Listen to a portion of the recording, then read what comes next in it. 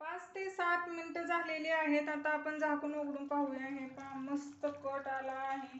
ते बटाटे आणि वांगे दोन्हीही छान शिजले आहेत, तुम्ही पाहू शकता.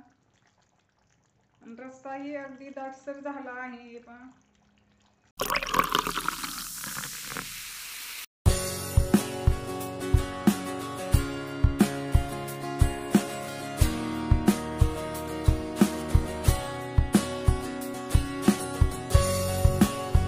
नमस्कार मंडळी, कसे आहात सगळे? मस्त मजेतच असाल. मी रुपाली चटपटे स्वादिष्ट रेसिपीजमध्ये तुमच्या अगदी मनापासून स्वागत करते.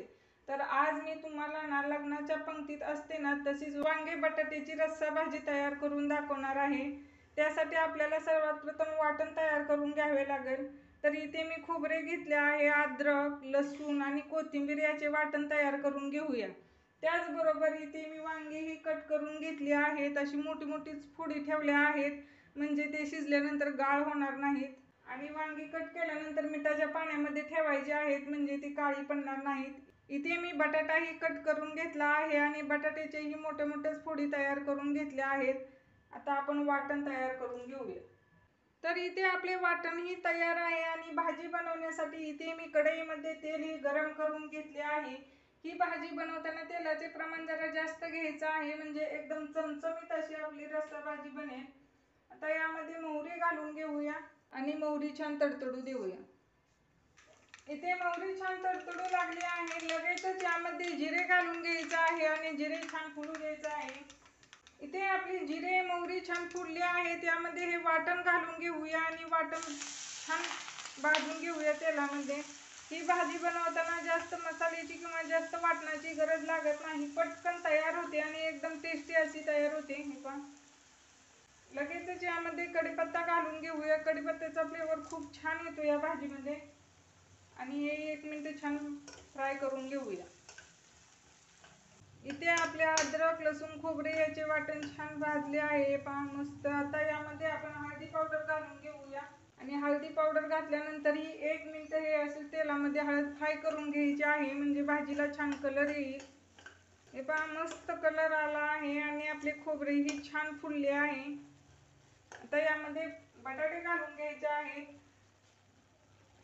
कारण बटाटे शिजण्यासाठी जरा जास्त वेळ लागतो. त्यामुळे सर्वात प्रथम बटाटे घालून 5 मिनिटे छान वाफवून घ्यायचे आहेत. बटाटे तेलामध्ये मिक्स करून घेऊया. आता यामध्ये बटाट्यापुरतीच मीठ घालून घेऊया आणि मीठ ही छान मिक्स करून घेऊया. सर्व जिन्नस छान मिक्स झाले आहेत. आता झाकण ठेवून घेऊया आणि 5 मिनिटे हे बटाटे छान वाफवून घेऊया. 5 मिनिटे झालेले आहेत. आता आपण झाकण उघडून पाहूया. हे पहा, मस्त बटाटे वाफवले आहे मी. जास्त वाफवून घ्यायचे नाही, आपल्याला आणखीन हे बटाटे वांग्यासोबत शिजवून घ्यायचं आहे. इथं छान मिक्स करून घेतले आहे. आता यामध्ये वांग्याच्या फोडी घालून घेऊया. वांगेही मी मोठे मोठेच कट केले आहेत. वांगी लगेचच शिजतात. वांगेही छान मिक्स झाले आहेत. आता आपल्याला यामध्ये काही मसाले पावडर घालून घ्यायचे आहेत. तर इथे मी 1 छोटा चमचा लाल मिरची पावडर घेतली आहे आणि कलर छान येईल आपल्या वांग्याच्या भाजीला. अर्धा चमचा घरगुती काळा मसाला आहे, 1 चमचा धनेपूड आणि 1 चमचा इथे मी गोडा मसाला घेतला आहे. याऐवजी तुम्ही गरम मसालाही वापरू शकता. गरम मसाल्याचे प्रमाण जरा कमी घ्यायचं आहे. तर हे सर्व जिन्नस छान मिक्स करून घेऊया.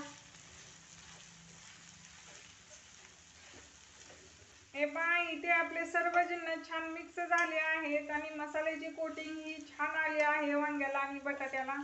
आता यामध्ये मी पाणी घालून घेते. पाण्याचे प्रमाण तुम्ही तुमच्या आवडीनुसार कमी किंवा जास्त करून घेऊ शकता. इथे मी 1 ग्लास पाणी घातले आहे, परंतु भाज्या शिजल्यानंतर यातील पाणी थोडे कमी होईल, म्हणून आणखीन थोडे मी पाणी घालून घेते. चवीपुरते मीठ. बटाटे शिजतानाही आपण थोडे मीठ घातले होते, त्यामुळे पाहूनच मीठ घालून घ्यायचं आहे.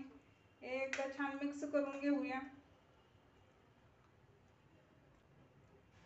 तुम्ही यामध्ये दाण्याचे कूटही वापरू शकता. इथे मी वापरणार नाही, कारण आपण खोबऱ्याचे वाटण घातले आहे, त्यामुळे आपली भाजी छान दाटसर होईल. आता यावरती झाकण ठेवूया आणि 5 ते 10 मिनिटं वांगी छान शिजवून घेऊया. वांगी शिजण्यासाठी जास्त वेळ लागत नाही, ते लगेचच शिजतात. 5 ते 7 मिनिटं झालेली आहेत. आता आपण झाकून उघडून पाहूया. हे का मस्त कट आला आहे. आणि आपले बटाटे आणि वांगे दोन्हीही छान शिजले आहेत, तुम्ही पाहू शकता.